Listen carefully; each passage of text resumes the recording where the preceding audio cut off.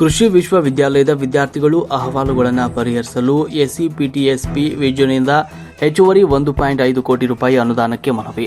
ಕೃಷಿ ವಿಶ್ವವಿದ್ಯಾಲಯದಲ್ಲಿ ವಿದ್ಯಾಭ್ಯಾಸ ಮಾಡ್ತಾ ಇರುವ ಪರಿಶಿಷ್ಟ ಜಾತಿ ಹಾಗೂ ಪರಿಶಿಷ್ಟ ಪಂಗಡದ ವಿವಿಧ ಸಮಸ್ಯೆಗಳ ಕುರಿತು ಮನವಿ ಸಲ್ಲಿಸಿದ್ದು, ಅವರ ಅಹವಾಲುಗಳ ಸಮಸ್ಯೆಗಳನ್ನು ಇತ್ಯರ್ಥಪಡಿಸುವ ಅಗತ್ಯವಿದೆ. ವಿದ್ಯಾರ್ಥಿ ವೇತನದ ವಿಳಂಬ, ವಸತಿ ಸೌಲಭ್ಯಗಳ ಕೊರತೆ, ಶೈಕ್ಷಣಿಕ ಸಮಗ್ರಗಳ ಅಭಾವ ಹಾಗೂ ಇತರ ಮೂಲಭೂತ ಸೌಲಭ್ಯಗಳ ಸಮಸ್ಯೆಗಳು ವಿದ್ಯಾರ್ಥಿಗಳ ವಿದ್ಯಾಭ್ಯಾಸಕ್ಕೆ ಅಡ್ಡಿಯಾಗ್ತಾ ಇದ್ದು, ಪ್ರಸ್ತುತ ಲಭ್ಯವಿರುವ ಎಸ್ಸಿಪಿಟಿಎಸ್ಪಿ ಅನುದಾನವನ್ನು ಈ ಅಗತ್ಯಗಳನ್ನು ಪೂರೈಸಲು ಬಳಸಬೇಕು ಅಂತ ಹೇಳಿದರು. ಆದ್ದರಿಂದ ಕೃಷಿ ವಿಶ್ವವಿದ್ಯಾಲಯದ ವಿದ್ಯಾರ್ಥಿಗಳ ಮನವಿಯನ್ನು ಪರಿಗಣಿಸಿ ಅವರ ಕಲ್ಯಾಣ ಮತ್ತು ಶೈಕ್ಷಣಿಕ ಪ್ರಗತಿಯನ್ನು ಗಮನದಲ್ಲಿಟ್ಟುಕೊಂಡು ಎಸ್ಸಿಪಿಟಿಎಸ್ಪಿ ಯೋಜನೆ ಹೆಚ್ಚುವರಿ 1.5 ಕೋಟಿ ರೂಪಾಯಿ ಅನುದಾನವನ್ನು ಮಂಜೂರು ಮಾಡಲು ವಿನಂತಿಸುತ್ತೇವೆ.